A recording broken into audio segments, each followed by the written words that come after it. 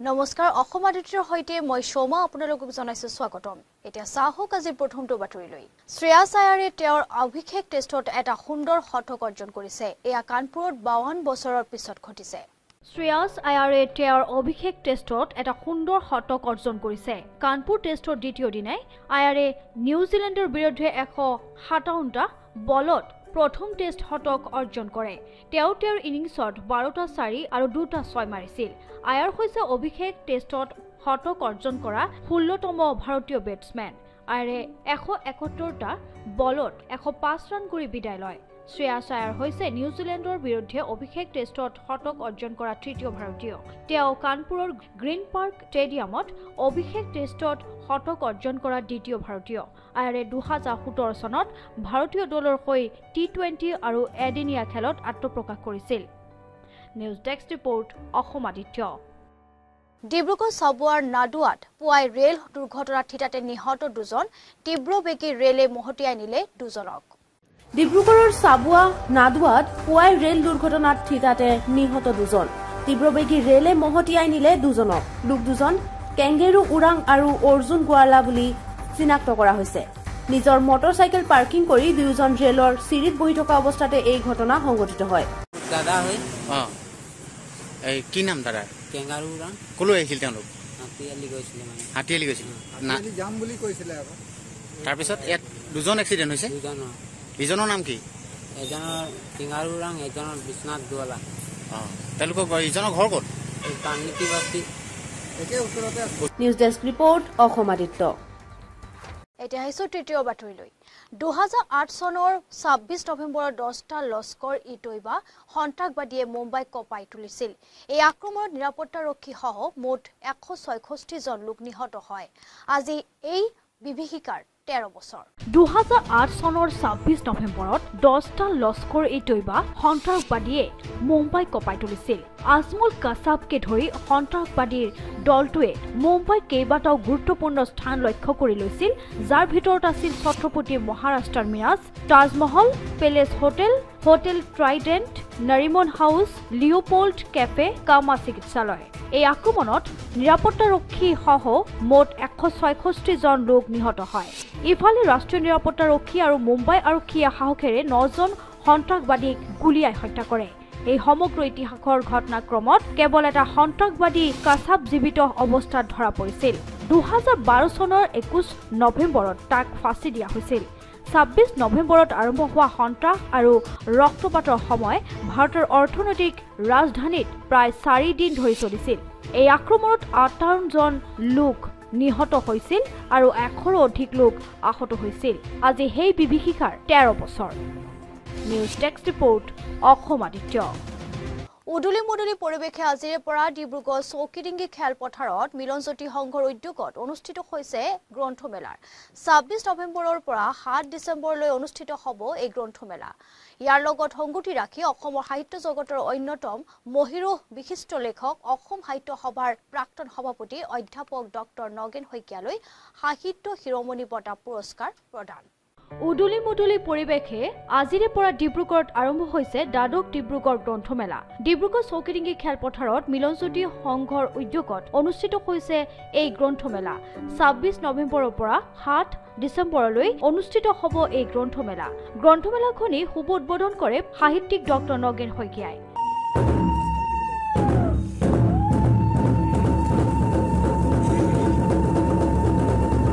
অনুষ্ঠানত উপস্থিত থাকে ডিব্ৰুগড় জিলা উপায়ুক্ত বিশ্বজিৎ পেগু ডিব্ৰুগড় বিশ্ববিদ্যালয়ৰ প্ৰাক্তন উপাচাৰ্য ডক্টৰ কন্দৰ্প কুমাৰ ডেকা ইণ্ডিয়া টুডেৰ সাংবাদিক কৌশিক ডেকা সদৌ অসম পুথি প্ৰকাশক সন্থাৰ সাধাৰণ সম্পাদক ইমৰান আহমেদ আদি এই অনুষ্ঠানতেই গ্ৰন্থমেলা উপলক্ষত প্ৰকাশিত স্মৃতি গ্ৰন্থ মিলনজ্যোতি উন্মোচন কৰে ডিব্ৰুগড় জিলা উপায়ুক্ত বিশ্বজিৎ পেগুৱে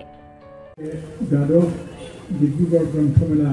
আজি আনুষ্ঠানিকভাৱে মুকলি কৰা হয় নিউজ ডেস্ক ৰিপোৰ্ট অসমাদিত্য এতিয়া আহিছো পৰৱৰ্তী বাতৰিলৈ ভূমিকম্পই জুকাই গ'ল অসম পুৱা 5:15 অসমৰ লগতে উত্তৰ পূৰ্ব একাংশ ৰাজ্যত অনুভূত হয় ভূমিকম্পৰ জোকাৰণি অৱশ্যে এই ভূমিকম্পৰ ফলত কোনো স্থানৰ পৰা কোনো ক্ষয়ক্ষতিৰ খবৰ অহা নাই ভূমিকম্পই জোকাৰি গ'ল অসম পুৱাই 5:15 অসমৰ লগতে উত্তৰ পূৰ্বৰ একাংশ ৰাজ্যত অনুভূত হয় ভূমিকম্প জোকাৰণি ৰিক্টাৰ স্কেলত ভূমিকম্পৰ প্ৰাবল্য আছিল 6.1 ভূমিকম্পৰ অভিকেন্দ্ৰ আছিল म्यानমাर অৱশ্যে এই ভূমিকম্পৰ ফলত কোনো স্থানৰ পৰা কোনো ক্ষয়ক্ষতিৰ খবৰ অহা নাই নিউজ টেক্স ৰিপৰ্ট অসম আদিত্য শিৱসাগৰত সদৌ অসম গ্ৰাম্য ঔষধ ব্যৱসায় সন্থাৰ নৱনিৰ্বাচিত ৰাজ্যিক কাৰ্যনিৰ্বাহকৰ শপত গ্ৰহণ আৰু কাৰ্যনিৰ্বাহক সভা সম্পন্ন হয় চাওয়াহক এক বিশেষ প্ৰতিবেদন শিৱসাগৰত সদৌ অসম গ্ৰাম্য ঔষধ ব্যৱসায় সংস্থাৰ নৱনিৰ্বাচিত ৰাজ্যিক কাৰ্যনিৰ্বাহকৰ শপত গ্ৰহণ আৰু কাৰ্যনিৰ্বাহক সভা সম্পন্ন শিৱসাগৰ পৰ্যটন ভৱনৰ অতিথিশালাৰ সভাগৃহত শুকুৰবাৰে অনুষ্ঠিত হোৱা সদৌ অসম গ্ৰাম্য ঔষধ ব্যৱসায় সন্থাৰ কাৰ্যনিৰ্বাহক সভাত ৰাজ্যৰ বিভিন্ন প্ৰান্তৰ পৰা অহা সদস্যসকলৰ উপস্থিতিত নৱনিৰ্বাচিত কাৰ্যনিৰ্বাহক সদস্যসকলে শপত গ্ৰহণ কৰাৰ পিছতে অনুষ্ঠিত হোৱা নৱনিৰ্বাচিত ৰাজ্যিক কাৰ্যনিৰ্বাহকৰ সভাত সন্থাৰ বিভিন্ন সমস্যা আৰু দাবী সন্দৰ্ভত কিছু সিদ্ধান্ত গ্ৰহণ কৰাৰ লগতে অহা জানুৱাৰী মাহত অসমৰ মুখ্যমন্ত্ৰী আৰু স্বাস্থ্য মন্ত্ৰীক সন্থাৰ দাবী সম্বলিত স্মাৰক পত্ৰ প্ৰদান কৰাৰ সিদ্ধান্ত গ্ৰহণ কৰে 2017 চনৰ পৰাই সন্থাই স্বেচ্ছাসেৱী অনুষ্ঠানৰ দৰে কাম-কাজ আগবঢ়াই নিয়াৰ সমান্তৰালকৈ কৰোনা মহামাৰীকে ধৰি বিভিন্ন আপতকালীন সময়ত ৰাজ্যৰ লগতে চৰকাৰলৈ সহযোগিতা আগবঢ়াই অহা সন্থাই আগন্তুক ডিচেম্বৰ মাহত ৰাজ্যৰ সাংসদসকলক লগ কৰি 1940 চনৰ ঔষধ সম্পৰ্কীয় আইনত থকা আঁচোৱাসমূহ দূৰ কৰাৰ ক্ষেত্ৰত কেন্দ্ৰীয় চৰকাৰৰ সৈতে আলোচনা কৰিবৰ বাবে দাবী জনাই স্মাৰক পত্ৰ প্ৰদান কৰিব সদৌ অসম গ্ৰাম্য ঔষধ ব্যৱসায় সংস্থাৰ নতুন কেন্দ্ৰীয় সমিতি গঠন হোৱাৰ পিছত আজি এই পৰ্যটন ভৱনৰ সভাগৃহতে আমাৰ শপত গ্ৰহণ অনুষ্ঠান অনুষ্ঠিত হৈছে আৰু সমগ্ৰ অসমৰ বিভিন্ন জিলাৰ পৰা ইতিমধ্যে আমাৰ কেন্দ্ৰীয় সমিতিৰ বিষয়ববীয়াসকল আহি পুৱাৰে ইয়াত উপস্থিত হৈছে ইতিমধ্যে শপত গ্ৰহণ অনুষ্ঠান শেষ হৈ গৈছে আৰু লগে লগে আমাৰ ইয়াতে ৰাজ্যিক কাৰ্যনিৰ্বাহক সভা ইতিমধ্যে চলি আছে আৰু সদৌ অসম গ্ৰাম্য ঔষধ ব্যৱসায় সংস্থাৰ কিছুমান সমস্যা আৰু দাবীৰ ওপৰত ভিত্তি কৰি নতুন কাৰ্যনিৰ্বাহকে আজি কিছুমান সিদ্ধান্ত গ্ৰহণ আমি কৰিছোঁ যে অহা জানুৱাৰী মাহত অসমৰ মাননীয় মুখ্যমন্ত্ৰী আৰু স্বাস্থ্য মন্ত্ৰী মহোদয়লৈ আমি আমাৰ দাবী সম্বলিত স্মাৰক পত্ৰ প্ৰদানৰ সিদ্ধান্ত গ্ৰহণ কৰিছোঁ শিৱসাগৰৰ পৰা সৈয়দ মুস্তাকৰ ৰহমান অসম আদিত্য জয়সাগৰ আৰ্চাৰী সন্থাৰ উদ্যোগত শিৱসাগৰ জিলা আৰ্চাৰী সন্থা আৰু সৰ্গদেউ ৰুদ্ৰসিংহ ক্ৰীড়া প্ৰকল্পৰ সহযোগত 28 নৱেম্বৰ দেওবাৰে ৰুদ্ৰসিংহ ক্ৰীড়া প্ৰকল্পৰ খেলপথাৰত এদিনীয়াকৈ অনুষ্ঠিত হ'ব 11তম শিৱসাগৰ জিলা আৰ্চাৰী প্ৰতিযোগিতা জয়সাগৰ আৰ্চাৰী সন্থাৰ উদ্যোগত শিৱসাগৰ জিলা আৰ্চাৰী সন্থা আৰু সৰ্গদেউ ৰুদ্ৰসিংহ ক্ৰীড়া প্ৰকল্পৰ সহযোগত 28 নৱেম্বৰ দেওবাৰে ৰুদ্ৰসিংহ ক্ৰীড়া প্ৰকল্পৰ খেলপথাৰত এদিনীয়াকৈ অনুষ্ঠিত হ'ব 11তম শিৱসাগৰ জিলা আৰ্চাৰী প্ৰতিযোগিতা অনূৰ্ধ্ব 10 বছৰ 14 বছৰ 17 বছৰ 19 বছৰ আৰু মুকুৰি শাখাত অনুষ্ঠিত হ'ব উক্ত প্ৰতিযোগিতাখনিতে আগন্তুক লখিমপুৰত অনুষ্ঠিত হ'ব লগা সদৌ অসম আৰ্চাৰী প্ৰতিযোগিতালৈ 17 বছৰৰ অনূৰ্ধ্ব শিৱসাগৰ দলটো নিৰ্বাচন কৰা হ'ব উক্ত প্ৰতিযোগিতাখনি সাফল্যমণ্ডিত কৰাৰ স্বাৰ্থত শিৱসাগৰবাসী ৰাইজৰ উপস্থিতি তথা সহযোগিতা কামনা কৰিছে আয়োজক সমিতিয়ে অহা 28 নৱেম্বৰত শিৱসাগৰ জিলা আৰ্চাৰী প্ৰতিযোগিতাখনি আৰম্ভ হ'ব এই প্ৰতিযোগিতাখনি জয়সাগৰ আৰ্চাৰী সন্থাৰ উদ্যোগত আৰু শিৱসাগৰ আৰ্চাৰী সন্থা আৰু স্বৰ্গদেউ ৰুদ্ৰসিংহ ক্ৰীড়া প্ৰকল্পৰ সহযোগত অনুষ্ঠিত হ'ব লগা প্ৰতিযোগিতাখনত আমাৰ বিভিন্ন শাখাত প্ৰতিযোগিতা অনুষ্ঠিত হ'ব আৰু এই প্ৰতিযোগিতাসমূহ আণ্ডাৰ 10, আণ্ডাৰ 14, আণ্ডাৰ 17, আণ্ডাৰ 19 আৰু ছিনিয়ৰ গ্ৰুপত অনুষ্ঠিত হ'ব আৰু এই প্ৰতিযোগিতাতে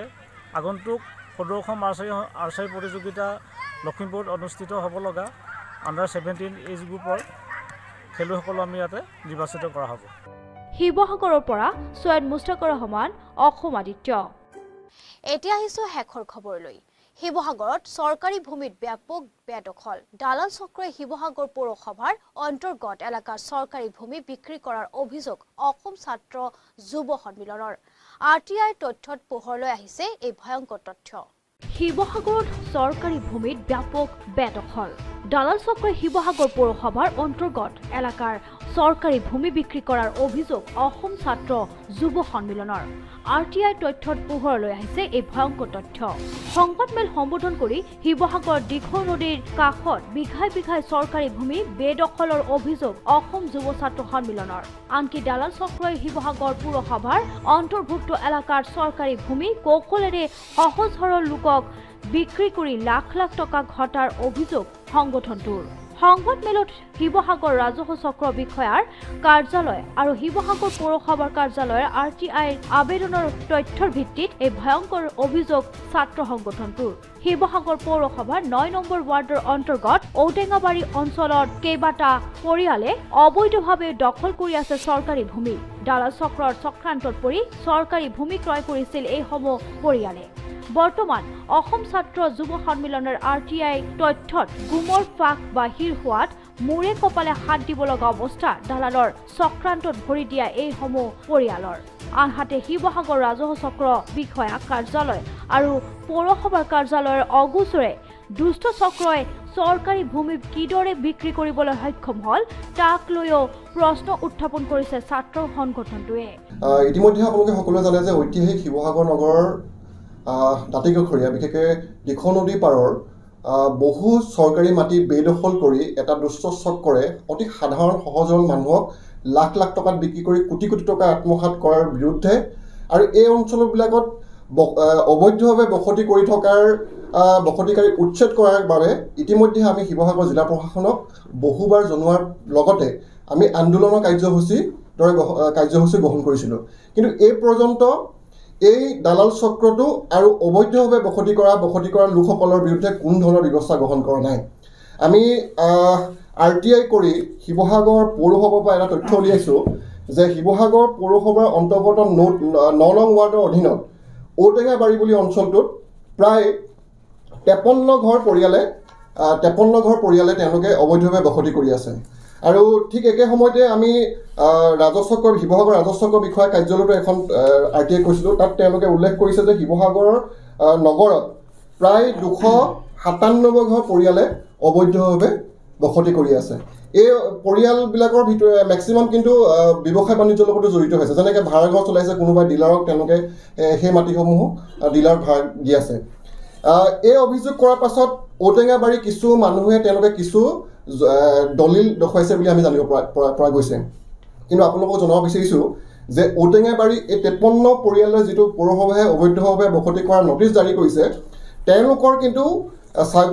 ৰাজহ চক্ৰ বিষয়াৰ কাৰ্যালয়ৰ যিখন তালিকা প্ৰস্তুত কৰিছে তাৰ মাটি পটাদাৰসকলৰ নাম তাত উল্লেখ কৰা নাই। শিৱসাগৰৰ পৰা সৈয়দ মুস্তাকৰ ৰহমান, অসম আদিত্য। আজি অসমীয়া বাতৰি ইমানতে। পৰৱৰ্তী বাতৰিৰ বাবে চাই থাকক অসম আদিত্য। নমস্কাৰ।